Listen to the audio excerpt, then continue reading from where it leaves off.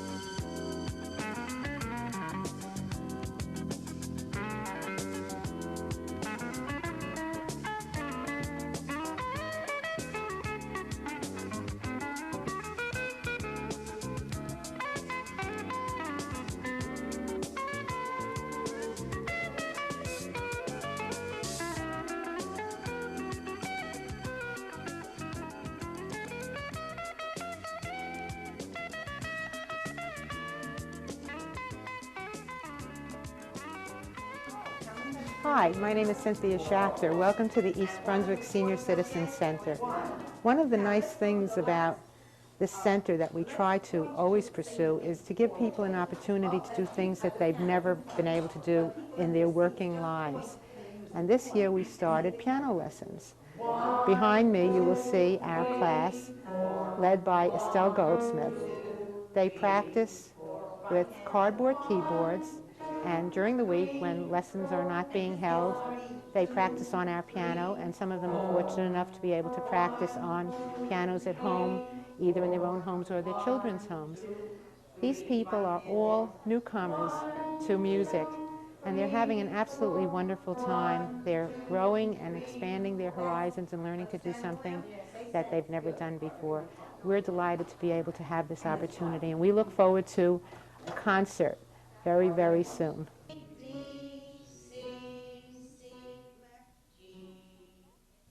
Hi, I'm Dolly Vasta with your arts update for this week, reminding all of you out there that this Sunday night, June the 4th, 7:30 p.m. at the East Brunswick Library, will be the East Brunswick Young Musicians Concert.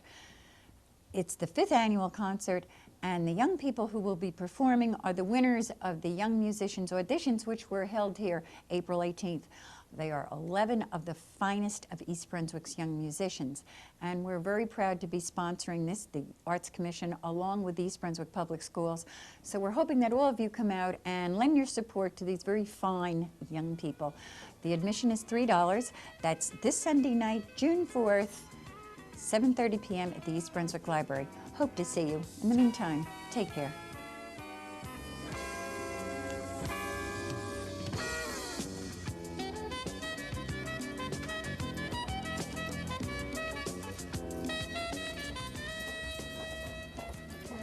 May I help you? We were wondering if the library would be able to get a Nintendo game. They're renting out. What is this? Petition. We got petition, about 78. 77 people to sign this. They also like the idea of the library getting Nintendo games. And How did you come up with that idea? we were just on the We bus were and talking we were about it. Nintendo, and then my friend over here, Derek, he thought of the idea that the library should get Nintendo games. And to rent. Well, we certainly have talked about it. We have thought about it. We know that Nintendo is very important, and I certainly will consider it. I won't be able to get back to you for a while. I'll take your petition, and I have to discuss it with the director, and then we would have to get back to you. All right. Okay? Hi, I'm Josephine Fiamingo. What you just saw was an actual reenactment of how the library was approached with the idea to carry Nintendo game cartridges. Introduced only 4 years ago in the United States, Nintendo has become the best-selling toy here, capturing a 75% share of the American high-tech toy market. And now Nintendo comes to the library. The tapes will be available starting today. And with me to discuss the development further is Brenda Berger. She's in charge of media services at the library, and 2 of the 6th grade boys who were instrumental in getting the library to carry this hot video game, Derek Palmer and Dan Fetter. And I wanted to ask you boys, what made you think of the library when you were thinking about it? How did you come up with approaching the library as a place to, come and loan and get and rent the Nintendo games? Well, because it's first of all, it's very convenient. Lots of people live around this area in East Brunswick, so it's and a lot of people easy to come. get here. Mm-hmm. And how did you think the library would react when you came? Did you think that they would be, happy to do it? We thought that they'd have pretty much of a positive idea. Mm-hmm. Who thought of the petition that you circulated and you got the 76 signatures? I did. I said that take a piece of paper, we'll go around. Uh-huh. Was it hard to get those signatures, or? Not really. In my house, when I started, they started questioning me and saying, where and all, and I thought that if Derek could handle this part, he could do that, and I'll go up and actually ask. Mm-hmm. So that's what eventually happened. Do you guys use the library frequently? Are you here a lot? Pretty much. Yeah, for research and stuff. For research? Yeah, so I'm taking out VCR tapes. Yeah, also. And Brenda, what was your feelings when you were first approached by the boys? Well, I was delighted, first of all, that they thought about coming to the library and asking us for a service. I think that shows where this library stands in the community. I certainly knew that Nintendo was popular, but I did not know if it had a place in the library.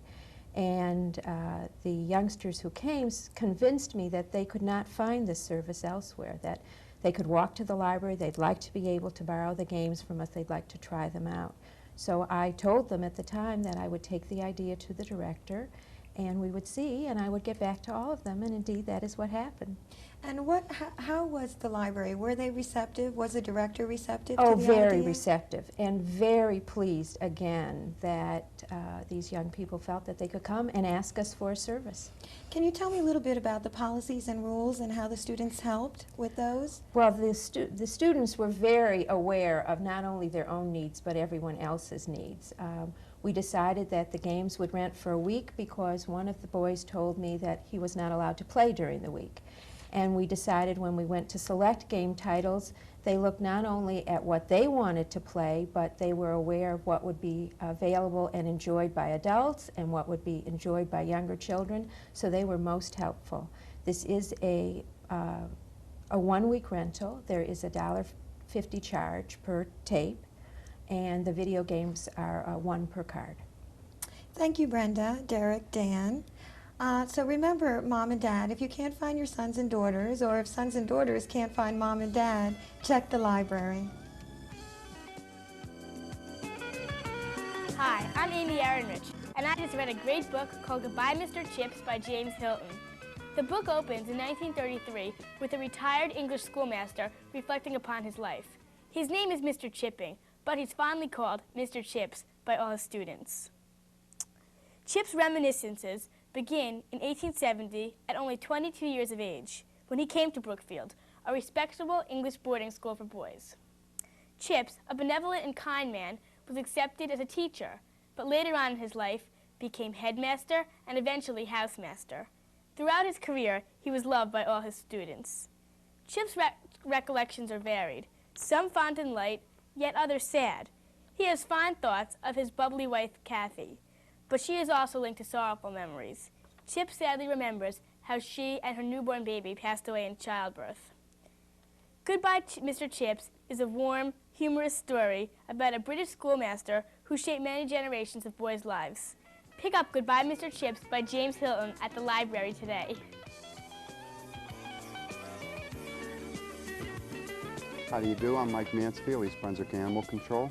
I'm back at Blooming Kennels again today. I have a little friend with me here, a little tri-collie mix.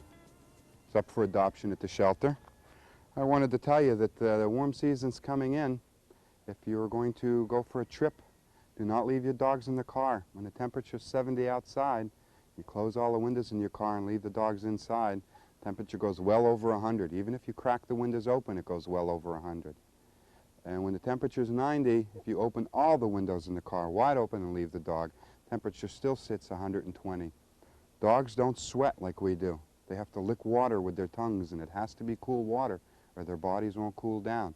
You'll end up overheating your dog and losing him or causing brain damage. I also want to tell you that please license your dogs. In the township of East Brunswick, we have computer printouts that are kept at the police desk, in the dispatch room, and in the police animal control vehicle. When we find a dog running on the street with no owner and he has tags on, we're able to return him directly to your house so that you don't have to worry and go looking for him. One thing I'd like to mention when it comes to adopting a dog, it's a very big decision. It's approximately a 12-year commitment. And you should consider the environment you're going to put the dog in, as well as the breed of the dog. Many breeds fit well in different types of environments. You shouldn't put a hunting dog in an apartment, as well as you shouldn't get a Yorkshire Terrier and tie him to a doghouse out in the backyard. It also should be a full family commitment. 9 out of 10 times, Mom ends up taking care of the dog while the kids are out gallivanting and Dad's out gallivanting. Then she gets angry, and the dog ends up at the shelter.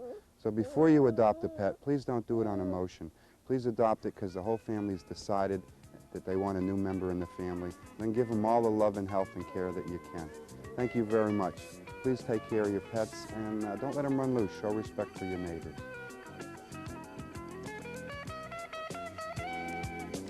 Dr. Skank, what is feline leukemia? Feline leukemia is a viral infection of cats, quite prevalent in this area. How do cats contract feline leukemia? It is spread mostly through the saliva of one infected cat to the non-infected animal. Cats that are outside, that are territorial in their habits, fighting, are the ones that are most prone to develop this infection. What age group is most likely to be affected? Feline leukemia usually affects the younger cat. Kittens are able to contract the disease from the mother cat. The medium-age cat, or the cat between 6 months and 5 years, is most likely to contract it from outside exposure. And how contagious is feline leukemia? It's extremely contagious from cat to cat through the saliva. What's another common feline disease that pet owners should be aware of? Feline immunodeficiency virus is a new disease discovered in 1987, which is very similar in its symptoms to feline leukemia. However, it is a separate, distinct virus and causes its own peculiar set of symptoms. It occurs in slightly older cats, normally cats that are over 5, between 5 and 10, and it is a debilitating, serious disease. It's not quite as frequent as leukemia, but it is becoming, beginning to play an increasingly important part in the cat population. And how does it affect the cats, medically speaking? The cats can become anemic. One of the primary symptoms is a severe mouth infection, which is intractable to treatment. It does not respond to any form of treatment. There is a test for this. We draw a blood sample and have it analyzed, and we're able to make a definitive diagnosis based on the blood sample. So this is an immune deficiency It disease. is an immune deficiency disease. It is very similar to the symptoms involved with the human AIDS virus. It is not in any way related to the human AIDS virus as far as being transmissible from cat to human or human to cat. There's no connection whatsoever along those lines. What are the preventative measures that can be taken for both feline leukemia and FIV? The best preventive measure is to restrict your pet to the household rather than let it run loose through the neighborhood where it can be exposed to carrier animals. Both of these diseases can be prevalent in an animal for a long time before the animal gets sick enough to die from it. But in the meantime, the spread of the disease is very frequent through the whole neighborhood. And an infected cat is a danger to any cat that it's exposed to. Feline leukemia has a vaccine available which is at least 85% effective. In clinical practice, we have not seen any cat that has been vaccinated that's come down with the disease. There is no protection against FIV. There's no vaccine at the present time. Much research is being done on this, and it's hoped that if there is a breakthrough, it will be a benefit both to the cat, and the model that's created will be a benefit to the human problems. So vaccination for feline leukemia is recommended. It is a series of 3 vaccinations for a kitten and a booster shot once a year for the adult cats. For more information on feline blood disorders, you can contact the Edgebrook Veterinary Hospital at 257-8882. Hi, I'm Peggy Ballister-Howells for This Week in East Brunswick, and today we're going to talk about this little camellia bush. Now, this is not the healthiest little camellia bush, but the fact that it's still alive is wonderful. Camellias are really only hardy to zone 7. Now, we're not in zone 7, we're in zone 6. So that means it's under very stressful conditions. Now, the reason it's here is that we're trying to grow it flat up against the fence in what's called an espalier. That's the art of growing it on a plane, only up and down and sideways, and we'll be cutting off all the branches that grow out this way. That will protect it from the wind and give it an extra chance for surviving in an environment that it's really not supposed to live in. Now, it did set buds, and this poor thing is a little flower bud, and the warm weather in January caused the buds to start to swell. They got this size, and then when the weather turned cold again, they all got killed off.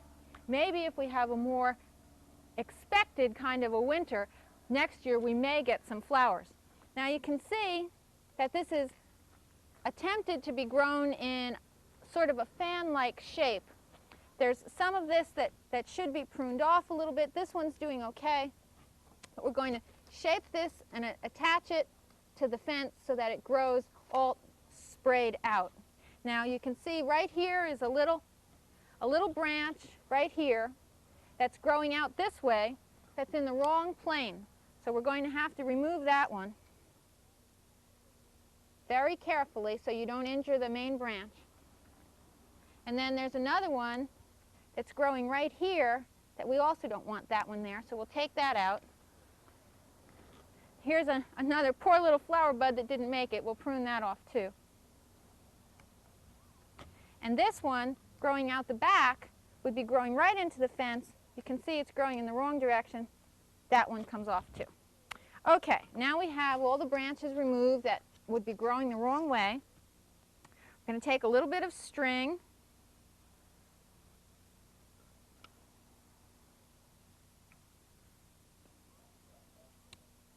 We're going to tie it to this branch.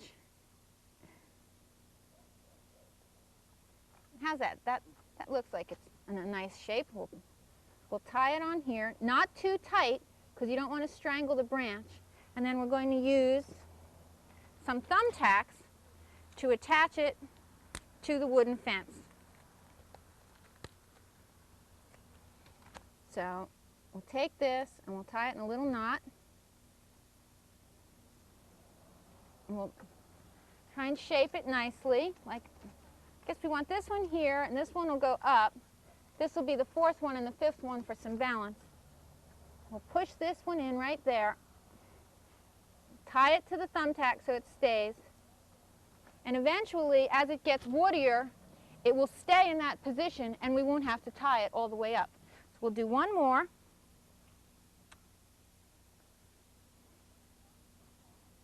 Now, one of the other things about camellias is that they are one of the acid-loving plants, which means that they prefer a pH somewhere between 5 and 5.5. Okay? Let's see, how's that? That looks good. Use one more thumbtack.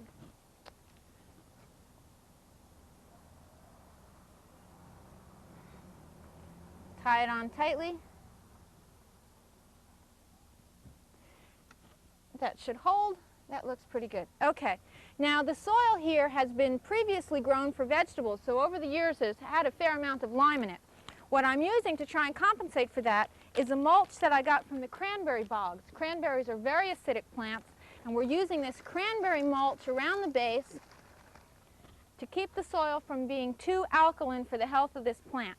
So we'll spread that around, make sure that we don't put any lime anywhere near this plant, and hopefully we'll be able to compensate for the fact that it's really not supposed to be growing around here. But the flowers are so beautiful, it's worth a try. We'll hope it does well. It's got some new growth coming out, and maybe it'll do better next winter. We'll see you here next week in my backyard. New Jersey's economic renaissance has created what some call a fertile center of industry and technology.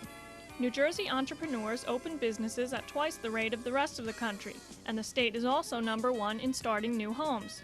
Despite all this, the most densely populated state in the Union retains its nickname, the Garden State. New Jersey continues to produce vegetable-related agriculture in large quantities disproportionate to the amount of land farmers have managed to keep from developers. One of those successful New Jersey farmers is East Brunswick's own Jim Giamarese, who was recently named one of 4 outstanding young farmers in the country, ranking right up there with 3 others from mid- and southwestern states. I was selected as one of 4 national outstanding young farmers of the nation, and how that began, I was selected in Middlesex County from the farmers here, and then I went on to a state competition, and I did that for about 2 or 3 years before I was finally selected as the outstanding young farmer in New Jersey, which means you have to be under 35. And then once you win your state competition, you go to a national, which is sponsored by the JCs, USJCs, and John Deere. And it was an all-expense-paid trip to Tuscaloosa, Alabama this year, back in February. And we were selected as a national winner down there, and we were really surprised. And what do they base the outstanding young farmer on? The award is based on, I guess, innovative practices, on soil conservation practices, and just new ideas, and I guess how good a farmer you are in different aspects, I guess. What can you tell us about the history of your farm here? This farm was bought actually by my grandmother way back in the early 40s, I guess around 1941. They were immigrants. I guess they came over in the late teens, early 20s. They moved around a couple different spots. They had a farm on the other side of East Brunswick for a little while that they only rented. And then by dumb luck, one day my grandmother came across this place. She bought it. This was 20 acres, and then a few years later, I guess around 1947, my grandfather bought the adjoining farm. So we have about 37 acres here. And today, what are you growing? We like to say from asparagus to zucchini. It's all produce, all vegetables. We do a lot of pick your own. Right now we're in pick your own strawberry season. We'll have some peas for pick your own. And some ethnic people come out for different things like okra or southern peas, plum tomatoes for Italians, just different, different items. Now, New Jersey was traditionally an agricultural state, but today we'd say it was industry and technology. What do you think the future of the farm is in New Jersey? I think it's still bright. Naturally, we're losing a lot of land base, which is important. If you don't have the land, you can't farm on it. So that's our #1 issue right now. Other problems are, I guess there's a lot of regulations that we're confined with, but things still look good. New Jersey's in a funny situation where we can direct market a lot of our produce, or a lot of what we grow. Mostly that's in the fresh produce side of it. It's just people could come pick their own. They can come right to the farm stand and buy their stuff. And for farmers who aren't in a good location on a highway or back off the road like we are a little bit, you can still wholesale and go into the New York markets or Philadelphia markets. So New Jersey is still in a key location, with markets and getting it to the people. Would you say that the trend is more farms, only smaller, or larger farms now and fewer owners? In New Jersey, I would say it's going to be about the same. I don't think the farms are getting much larger. I think the farms are just being more diversified. We're starting to grow a few Christmas trees here, which is a long ways down the road. Some of that was for soil and water conservation practices. We're doing an orchard. We have some apples and peaches, which will be some years down the road. But guys are basically just trying to diversify and grow what the people want, and that's really the key. Even a lot of grain farmers are switching over to things that they can market, more or less cut out the middleman a little bit and sell it direct to the public. And what about your family? Do you have children now that you'd like to keep up the farm? At this point, we don't. We often would like to have a family. We're always just too busy. We often say sometimes we'll have a family when we retire, but probably, hopefully before that.